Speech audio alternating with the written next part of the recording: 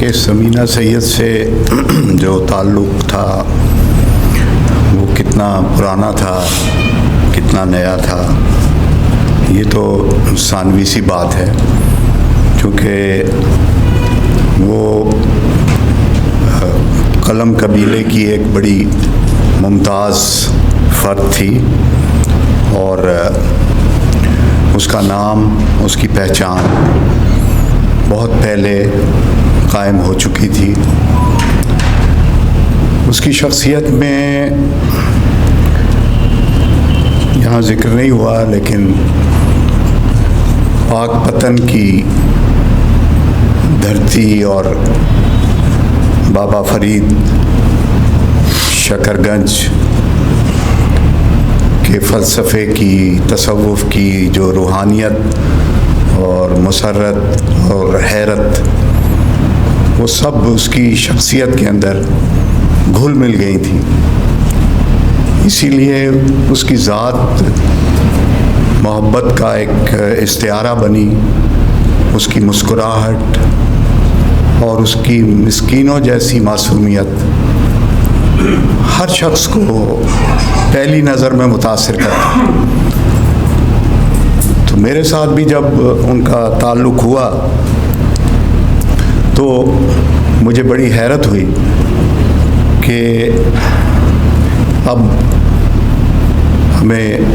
سمینہ سید کو بھی پڑھانا پڑے گا، چونکہ خاصے عرصے سے ان کا ادب کا نہ صرف مطالعہ تھا بلکہ وہ خود شاعر تھیں، افسانہ نگار تھیں، ناول نگار تھیں۔ اب ناول مجھے نہیں معلوم ان کا شائع ہوا یا نہیں، ابھی شائع نہیں ہوا۔ اور سب سے بڑھ کر بعد میں آخری دنوں میں انہوں نے تنقیدی مضامین بھی لکھے اور بڑی تیزی کے ساتھ اور بہت عمدگی کے ساتھ لکھے۔ یقین نہیں آتا تھا کہ یکدم ایم فل کرتے کرتے ان کے اندر جو ایک چھپی ہوئی تنقیدی صلاحیت تھی وہ ظاہر ہوئی، اور اس کے ظاہر ہوتے ہی انہوں نے خاص طور سے اپنے معاصرین کے بارے میں مضامین لکھے، اور جو ان کی کتاب ہے اس میں کم و بیش 40 ایسے مضامین ہیں جو انہوں نے اپنے معاصرین کے بارے میں لکھے ہیں۔ اور ان سب میں اس طرح کا نقاد ہمیں نظر نہیں آتا کہ جو عیب چینی یا کوئی نقص ڈھونڈنے میں ہمیشہ سرگردہ رہتا ہو۔ ان کے یہاں بڑی محبت سے لکھی گئی وہ چیزیں ہیں، اور یہ ساری باتیں میں اس لیے کر رہا ہوں کہ یہ ان کا جو تخلیقی کام ہے وہ ان کی شخصیت کا ایک ایسا بنیادی اور مرکزی اور اساسی حوالہ ہے کہ جس کی وجہ سے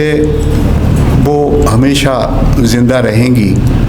یعنی یہاں ان کے بہت سے محبت کرنے والے لوگ موجود ہیں، لیکن حقیقت یہ ہے کہ ان کی جو تخلیقی شخصیت تھی وہ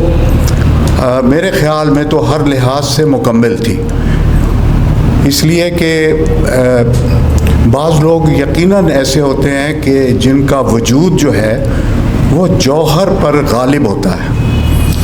اور ہمیں جو سارتر نے ایگزسٹنشیلزم کے فلسفے کے اندر بتانے کی کوشش کی تھی وہ بھی یہی بات تھی کہ وجود جو ہے یہ پہلے آتا ہے، اور وجود کی گروتھ کے ساتھ جوہر جو ہے اس کی گروتھ ہوتی ہے۔ سمینہ سید کی یہاں بھی بالکل اسی طرح سے ہمیں ایک باقاعدہ فکری اور تخلیقی ارتقاء ان کے یہاں ہمیں نظر آتا ہے، اور بہت کم عمر میں، یعنی ان کی شاید عمر 52-53 سال ہوگی، اس اتنی کم عمر کے اندر انہوں نے جتنا کام کر دیا ہے وہ یقیناً ان کے نام کو زندہ رکھے گا۔ مجھے سیماب اکبر آبادی کا ایک شعر اس وقت بھی یاد آ رہا ہے کہ فرشتہ موت کا چھوتا ہے گو بدن تیرا، تیرے وجود کے مرکز سے دور رہتا ہے. تو ان کا جو وجود ہے وہ یقیناً بہت بہت قیمتی ہے. اور آج جس طرح سے ہم نے انہیں یاد کیا ہے، ان کے دوستوں نے انہیں یاد کیا ہے، یہ محفل سجی ہے، یقیناً وہ یہاں موجود ہوں گی اور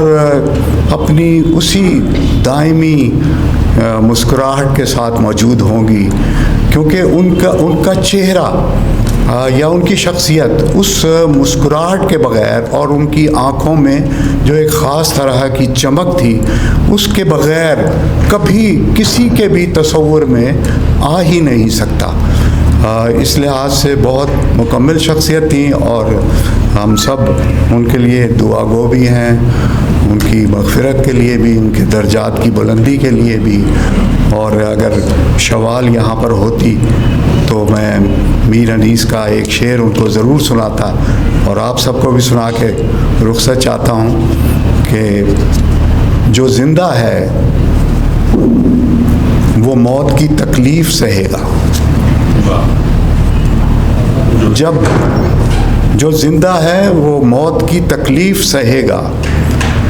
جب احمد مرسل نہ رہے کون رہے گا.